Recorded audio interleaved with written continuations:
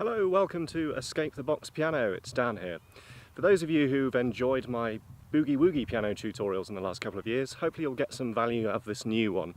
I call this car horn boogie. I'd suggest it's easy to medium grade. Enjoy! Okay, first things first, you are going to want to hear how this goes, so here we go.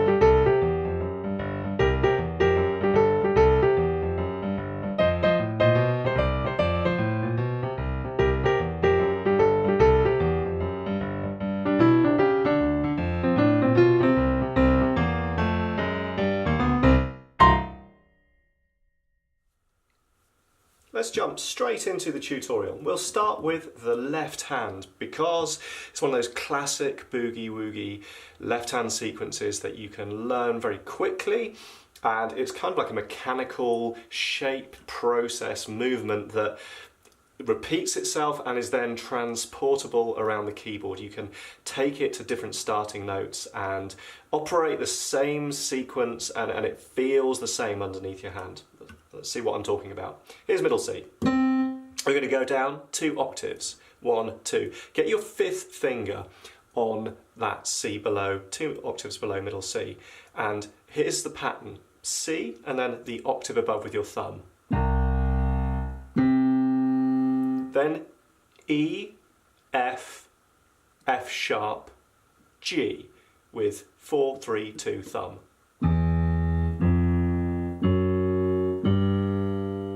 Now stretch out with your 5th finger and play the G, the octave below, and then play the G with your thumb that you just played a second ago. And then you repeat. So you bring your 5th finger back into C at this point. Let's look at that pattern again.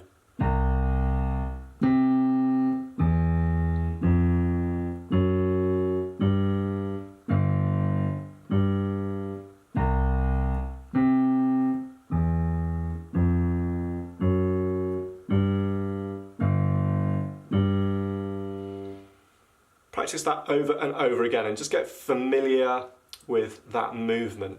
Once you're familiar with the movement and the notes, then you're going to want to try and incorporate that swung rhythm that you often get in boogie. It's a kind of long, short alternation between the notes. Here's what I mean.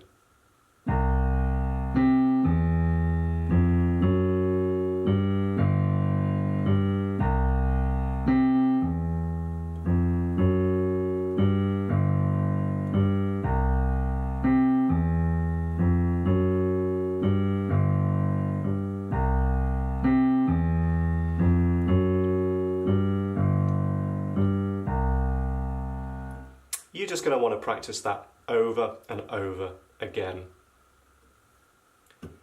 As always, in your practice, a metronome is your friend. Once you've got past just committing the notes and the mechanics to memory and you feel like you're kind of in a rhythm and in a groove, get a metronome on and work with that to incrementally increase your speed and your ability.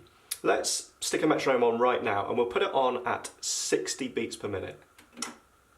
So there's 1 click per second and you're going to aim for 2 notes per click.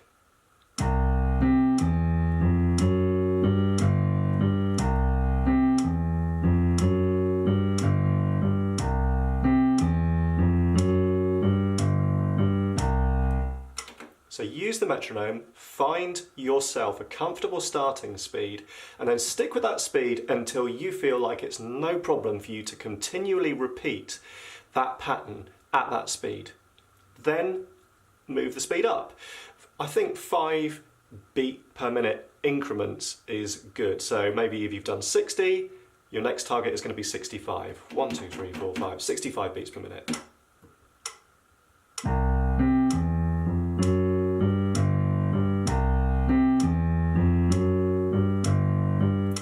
so on, as faster and faster.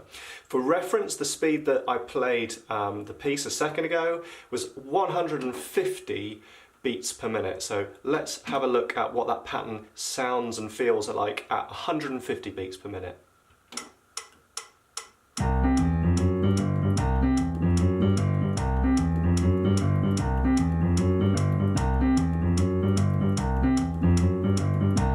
And so on.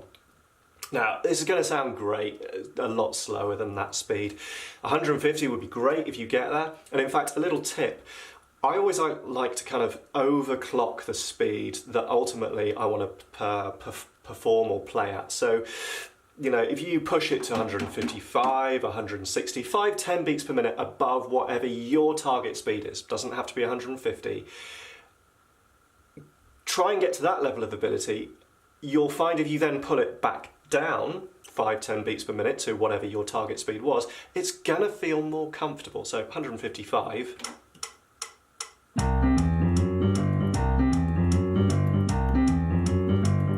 You know, now if I pull that back down to 150, should feel more comfortable. The same system should apply for whatever speeds you choose as your target. Let's stick with the left hand a second. Okay, so we've learned a pattern and a mechanical kind of shape and feel and process starting on C.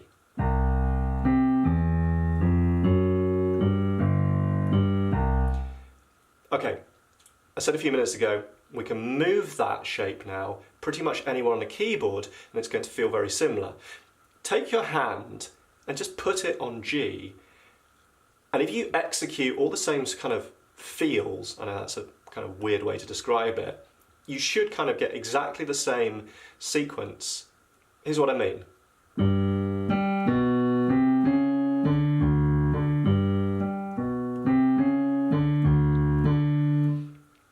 Similarly, it's going to be very, very similar starting on F. It's going to feel a little bit different in the middle because of the combination of the white note and black notes. It's just slightly different arrangement than what you get if you start on C or G. Here's F.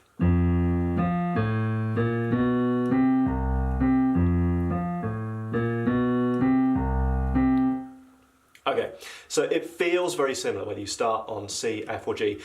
Whilst we're here, let's take a look at the detail of starting on G and starting on F. So if we start on G, you're going to play G and then the octave. And then you're going to play B, C, C sharp, D. Stretch down to the D octave and play that, and then play the D up with your thumb again. Again, bring your fifth finger in and you can repeat that.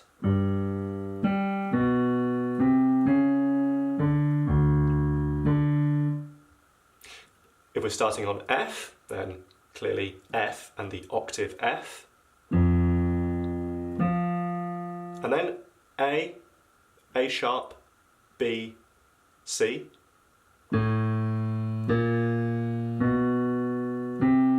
Stretch down to the C with your fifth finger, and then play the C with your thumb again.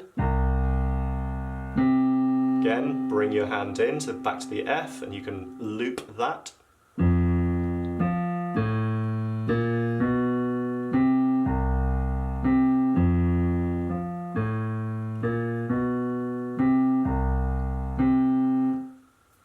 The next thing that you need to be able to do is to be able to move between those different positions quickly with agility without losing the beat. So for example, we might move from C to F, back to C, then to G, then to F, then to C. Let's just practice those transitions.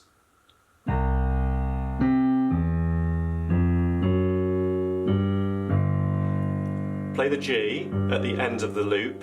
Now instead of coming back to C, I'm going to bring my left hand fifth finger in all the way to F. And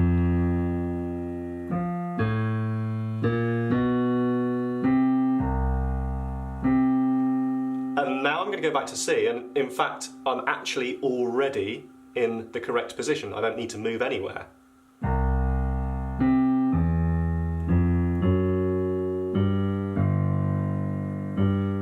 If If I now start on G, I have to move my fifth finger right into the G that I'm currently playing with my thumb, and then play that G again.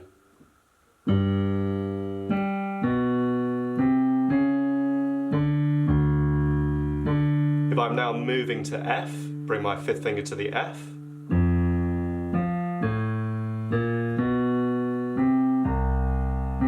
And now I'm starting on C again.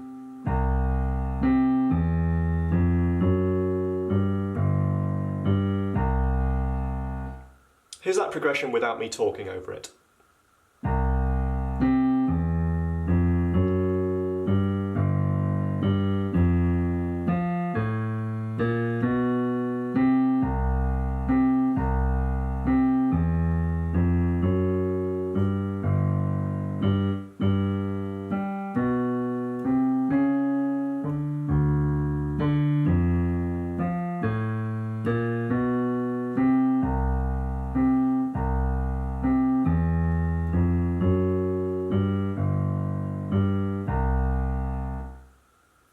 Simply practicing those progressions in any order really, just make your decisions as you go along.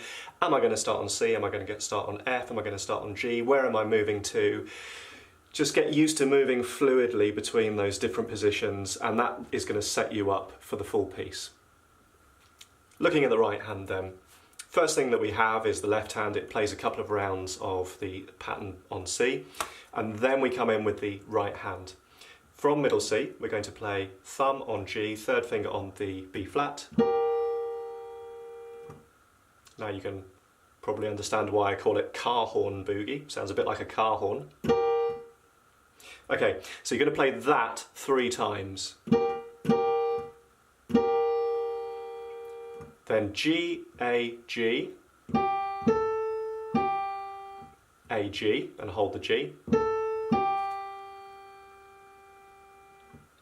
That pattern again.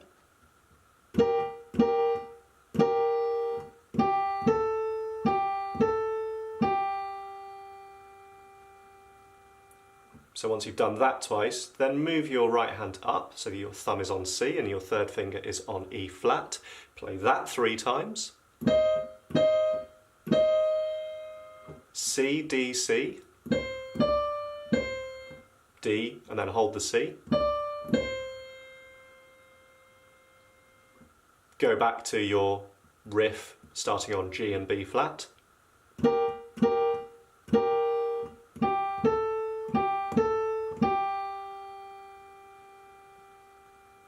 Now move your thumb down to D, just above middle C, and the next notes that you're going to play are D, E, D, G, D.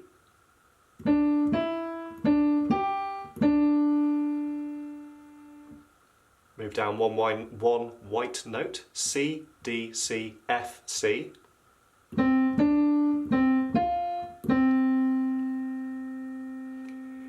And then there's kind of a little intricate bit over the next couple of measures. Let's take a look at it. So we move our thumb down to F. The notes are F, F sharp, A, C. What we're going to do is we're going to play the, did I say F, F sharp? G, G sharp, A, C. Sorry, I'm not even sure what I'm saying anymore. G, G sharp, A, C. Once you play the G sharp, we're going to tuck under on the thumb and play the A with the thumb. Then E flat with third finger, C, A. C, E flat, C, F. And then effectively C and G, but crunch in an F sharp just before you play that G. Sounds like this. So that's with your fourth finger, just a very quick F sharp. Almost so quickly that it's almost not there.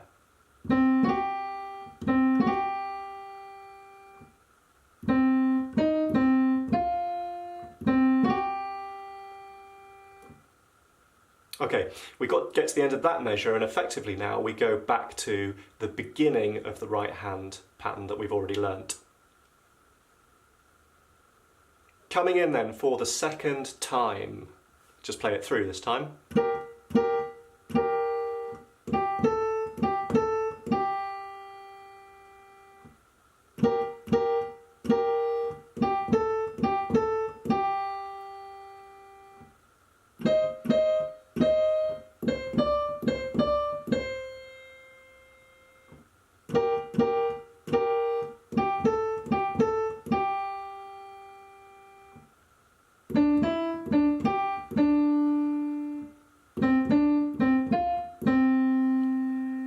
All right, okay, at this point, you've got a decision to make. You can just keep looping this piece over and over again. So at this point, you could go back to the G and play the next two measures and then play it over and over again.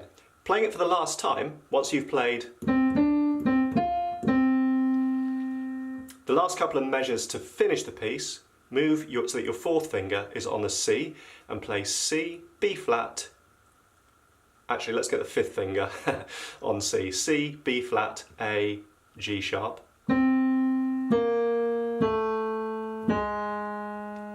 And then G, B flat, B natural, C. Final notes shoot up a couple of octaves. You're going to play B flat, C, kind of heavy, accented and staccato, so really kind of transient. Just jump off those notes, so B flat and C. Stab them. Very quick review of what happens in the left hand underneath those final two measures of the piece, because this is the only point at which the left hand deviates from the patterns that we've already learnt. It simply does this. C and the octave C above, then E, F, F sharp,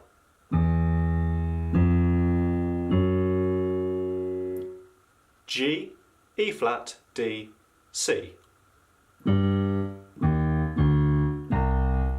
And then to finish, travel one octave further down, stab the C down there, accented and kind of short and transient.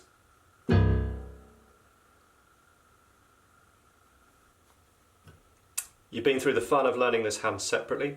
As with any practice, before you start putting your hands together, make sure you've practiced each hand separately a lot and you really get what you're doing and you've got it to a decent speed and you're feeling comfortable. When you come to put it hands together, take all of the speed out of it, just work for the mechanics of where and when the right hand has to be playing versus when the left hand has to be playing. Let's have a look at it now. Hands in position, here we go. Twice round in the left hand riff before we even start with the right hand.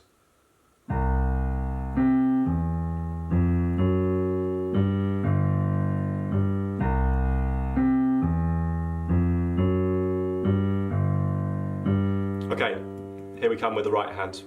G, B flat.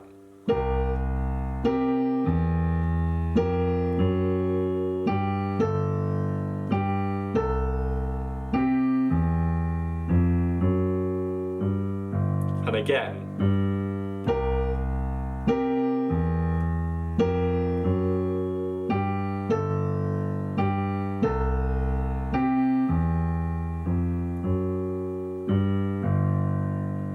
Left hand up to the F, we're going up in the right hand as well.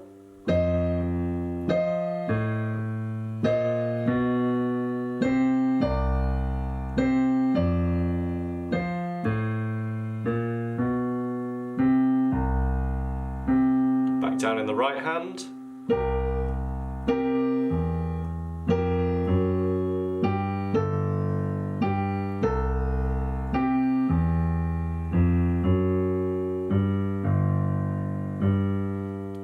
With the right hand, sorry, left hand, down with the right hand.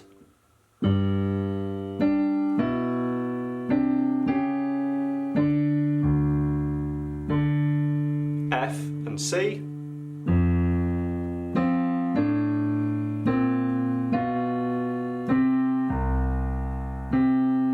Moving down in the right hand to the G.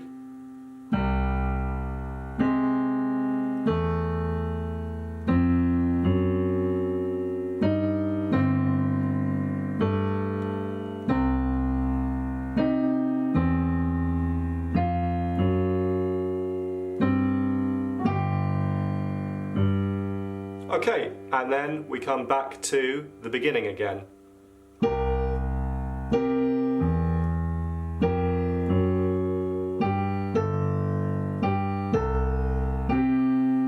Etc. So that gives you your complete sequence and you can repeat this over and over as many times as you like. The last time, when you're ready to finish the piece, let's take a look at how that finishes. So we will go from the beginning of the sequence again.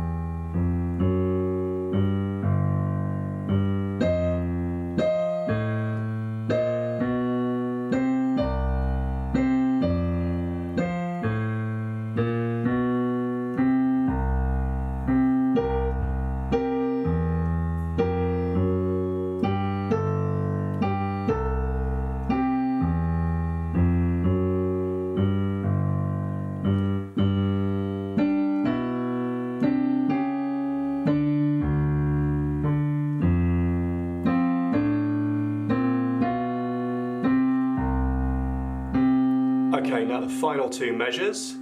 Skip to your fourth finger, same note, C. Sorry, should have put the fourth finger on the B flat, so actually, sorry, fifth finger on the C.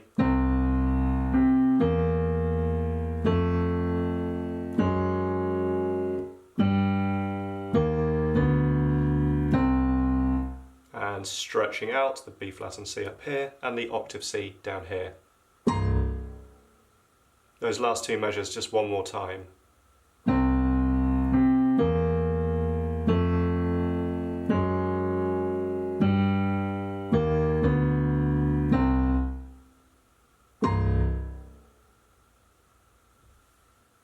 If you want to get hold of the sheet music or a MIDI file to help you out with your learning journey, just get in touch with me. Send me a message on Facebook or Twitter, or come and find me and support me on Patreon.